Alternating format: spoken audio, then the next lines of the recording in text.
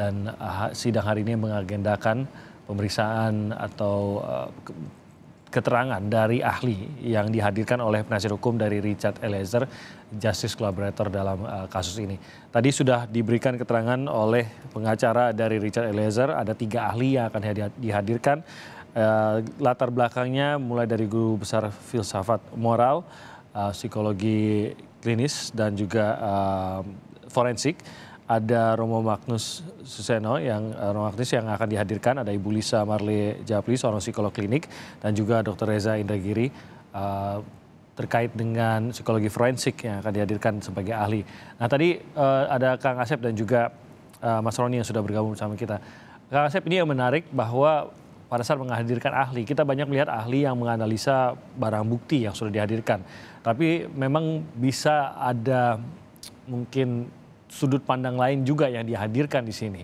Seperti yang dihadirkan oleh tim pengacara dari Richard Eliezer yang akan berbicara mengenai filsafat moral. Ini juga menjadi menarik, Kang Asep. Mungkin Anda bisa menggambarkan bagaimana ada sisi-sisi yang bisa ditimbulkan juga oleh terdakwa melalui pengacaranya atau melalui ahli yang dihadirkan untuk bisa menguatkan posisi mereka. Ya, pertama saya ucapkan selamat Natal untuk kawan-kawan yang merayakan Natal. Ya. Terima kasih Kang Asep. Natal yang penuh berkat. Dan saya agak terkejut dan merinding ucapan Mas Roni ya barusan. Dalam suasana Natal penuh berkat, sukacita Natal, ada tokoh bangsa, rohaniawan, ya, budayawan yang diakui ketokohannya, yang beliau adalah seorang penganut, dia adalah seorang ya tokoh bangsa dari agama Katolik kan, betul ya, yang memang dihargai dan dihormati oleh anak bangsa lainnya. Kok hari ini yang suasana Natal, kok pengacaranya menghadirkan seorang budayawan, rohaniawan yang betul-betul kita akui ya intelektualitasnya, moralitasnya. Betapa perhatiannya berarti seorang Romo, ya Romo Magnus itu orang kita tahu semua. Saya bukan Muslim, saya bukan Muslim, saya seorang Muslim, bukan penganut Katolik, bukan Kristen, tapi saya merasa terkejut gitu ya. Dalam suasana Natal, seorang tokoh bangsa hadir untuk terus serta dalam perkara yang memang ya sebenarnya bagi saya sudah dunia hiburan lah, sekarang jadi hiburan bagi saya gitu kan, karena memang isinya lawakan terakhir ini kan. Tapi nanti Roni menurunkan kualitas seorang moralitas, seorang intelektualitas, yang intelektualitasnya, kredibilitasnya ya udah, saya kira siapapun tidak meragukan lagi. Saya mudah-mudahan hari ini sesuai dengan KUHP pasal 80, ahli itu dihadirkan untuk menjernihkan persoalan. Sehingga persoalan ini dijernihkan seorang Romo ya, yang akan menjelaskan soal filsafat moral, tidak hanya moral saya kira. Dia akan menjelaskan lain-lain yang kaitan juga, dia juga memahami soal hukum. Saya kira akan mengerti ajas-ajas hukum itu, saya berharap itu. Kedua juga saya terkejut kembali hadirnya 2 tokoh psikolog yang selama kita kenal juga, dua-duanya juga tokoh juga ya. Yang hari ini sekarang saya berharap sekali Mas Roni ya, ada pembelajaran bagi anak bangsa, apapun perkaranya yang terjadi, tapi edukasi, ya sosialisasi bahwa soal hukum ini tidak hanya bisa dilihat dari soal hukum saya pikir sudah selesai lah. Kita bahas sudah bertiga udah sering gitu. Tapi ada pesan moral yang disampaikan oleh Romo, ada situasi psikolog yang disampaikan oleh Reza, dan Lisa gitu. Dua-duanya kan tiga-tiganya ini bagi saya betul-betul ya, saya berharap saya bisa nonton di tempat lain gitu ya, bahwa ini ada pembelajaran yang berharga sehingga membuka bagi anak bangsa ini bahwa ini kejadian tidak bisa ditinggalkan begitu saja, ada pesan moral terutama misalkan ya bahwa kita butuh satria-satria yang berani membuka diri ya, ada pengampunan ya, pengampunan terhadap orang yang melakukan kesalahan, tapi kesalahan itu oleh hukum itu bisa dibuka. Ada alasan pemaaf yaitu penghapusan, yaitu secara moral bisa dibenarkan. Kemudian secara psikolog nanti akan diterangkan bahwa situasi itu tidak ada pilihan lain ya. Saya mungkin berbeda dengan ahli sebelumnya walaupun ujungnya dia membebaskan dengan penghapusan, tidak pasal 48, saya tetap pasal 51 bahwa penghapusan itu dikenal. Saya kira Romo ini akan mengenal bahasa-bahasa Latin, beliau lebih paham ya. Karena hukum itu kan dari bahasa Belanda dari Prancis dari Latin, dan saya kira sekelas Romo itu ya, sekelas begawan yang saya kira ya saya nggak bisa berani mengatakan kalau seorang Romo Magnus Susino turun itu artinya apa ya, di suasana Natal sekali lagi ya, mudah-mudahan semua akan berbahasa kuat itu menjernihkan persoalan, jadi dilihat oleh Romo. Tapi ini pembelajaran bagi siapapun. Saya tidak hanya melihat karena Mas Roni karena menghadirkan seorang Romo, tapi seluruh anak bangsa untuk melihat persoalan ini akan dijelaskan oleh Romo ya, bahwa ini betul-betul menarik, bahwa tidak hanya pesan yuridis, tapi ada seorang moralis yang akan mengatakan inilah moral yang harus dipegang. Ujungnya kemana, bahwa perbuatan ini akan dilihat dari filsafat moral yang ya jujur aja saya tidak akan sampai ilmu saya pada beliau ya, terlalu tinggi dan terlalu ya, kalau istilah kliennya Roni itu antara bumi dan langit, saya itu di bawah beliau sangat-sangat tinggi sekali seorang kelas Pranowo. betul-betul saya salam sampaikan saya pada beliau, kok mau hadir ya. Maaf saya harus katakan, beliau di alam malaikat akan turun ke alam maksiat. Gitu. Kemudian alam maksiatnya akan dibuka menjadi jernih oleh beliau, dan kita semakin ya menerima bahwa itu adalah pesan moral, bukan jualan obat ya di sini, tapi betul-betul kaidah-kaidah moral yang akan disampaikan yang berkaitan dengan hukum, apalagi ditunjang oleh 2 orang psikolog yang akan menerangkan situasi psikologinya dikaitkan dengan masalah yuridisnya. Saya kira 2 hal yang nyambung. Ini pembelajaran berharga tim di suasana Natal ini. Dan kita perlu sukacitanya, betul Natal dia dihibur oleh ya walaupun seorang muslim ya, tapi saya akan terhibur ya dengan ilmu yang dapat dari Romo siang ini. Iya, reputasi seorang ahli ini juga menentukankah bagi hakim? Mungkin Anda bisa memberi gambaran, Kang Asep. 185 ayat 6, ayat C ya. Sekali lagi, hakim harus melihat latar belakang. Bayangin latar belakang ya. Latar belakangnya sebenarnya kalau sekelas Romo ya siapa yang bernyangkal intelektualitas, moralitas ya, kredibilitas ya, apa yang dilakukan dari dia? Sekarang nggak ada yang meragukan siapa kepakaran, maaf ya bahasa agama, kejuhudan dia, keauliaan beliau, bahasa agama kami ya, di agama lebih paham Roni dan Timi ya. Saya kira siapa yang menentang intelektualitas, moralitas ya?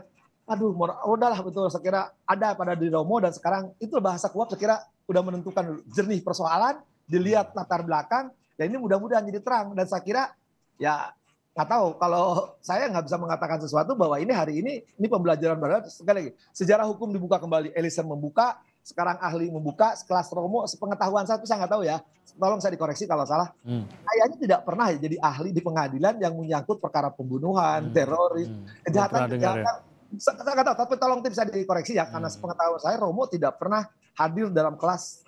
Ya maaf ya, ini kan pembunuhan, perkara pembunuhan, tapi hadir untuk anak seorang orang daerah terpencil, rakyat kecil, tapi ada kejujuran, ada pengakuan dosa, dia terbuka dengan lancar dan dia berani. Kan harusnya sekelas Romo tidak datang, tapi kenapa dia datang dalam suasana Natal? Tapi pesan khusus bagi kita anak bangsa ya, jangan lihat agamanya, tapi pesan moral yang akan disampaikan seorang ahli filosof besar ya. Kita anak bangsa, seorang begawan bangsa, seorang ya saya nggak bisa mengatakan apa-apa. Cuma hari ini saya kira hakim harus jeli menilai beliau ya, karena 185 ayat 3 mengatakan latar belakang dari seorang ahli maupun saksi. Dilihat. Tadi sekarang kita akan dihadirkan ya. Makasih sekali Ron. Saya betul terima kasih ya. Hari ini ada ahli-ahli yang memang kualifikasinya mohon maaf ya, sekira sudah mengenal lah tiga-tiganya siapa. Saya cukup mengenal, terutama 2 ya, Reza sama kalau Romo kita kan sering melihat bagaimana dari percaturan tingkat nasional dan internasional, siapa Romo. Ya, ahli yang dihadirkan Mas Roni membuat Kang Asep bersemangat lagi untuk menyaksikan setiap detiknya nih kayak sidang hari ini. Mas Roni, ini kan kesempatan pada saat Anda dari sisi dari kubu Richard Eliezer, Anda sebagai pengacaranya, diberikan kesempatan menghadirkan ahli di dalam sidang ini. Ini kesempatan untuk menggambarkan posisi Richard Eliezer untuk menguatkan argumentasi dari pengacaranya gitu. Apa sebenarnya yang masih perlu dikuatkan lagi, yang Anda rasa masih perlu diyakinkan hakimnya ini mengenai posisi Richard Eliezer, terutama pada saat menargetkan bahwa Richard Eliezer ini sebenarnya melakukan perbuatan tapi bisa bebas karena melakukan seluruhnya atas perintah dan bukan kemauan dari Richard Eliezer sendiri. Apa yang masih harus digambarkan dan diyakinkan kepada hakim sehingga menghadirkan ahli seperti ini? Ya, kami menghadirkan ahli filsafat moral. Pertimbangan kami adalah penjelasan filsafat moral dapat membantu menjelaskan proses-proses pengambilan keputusan yang rasional dari seseorang. Dalam kasus ini, Baradae, dia ada dilema ya, karena antara mengikuti perintah atasan, menembak orang yang tidak punya masalah atau orang yang dia kenal atau rekannya sendiri. Jadi ini terjadi konflik moral, Mas Tim.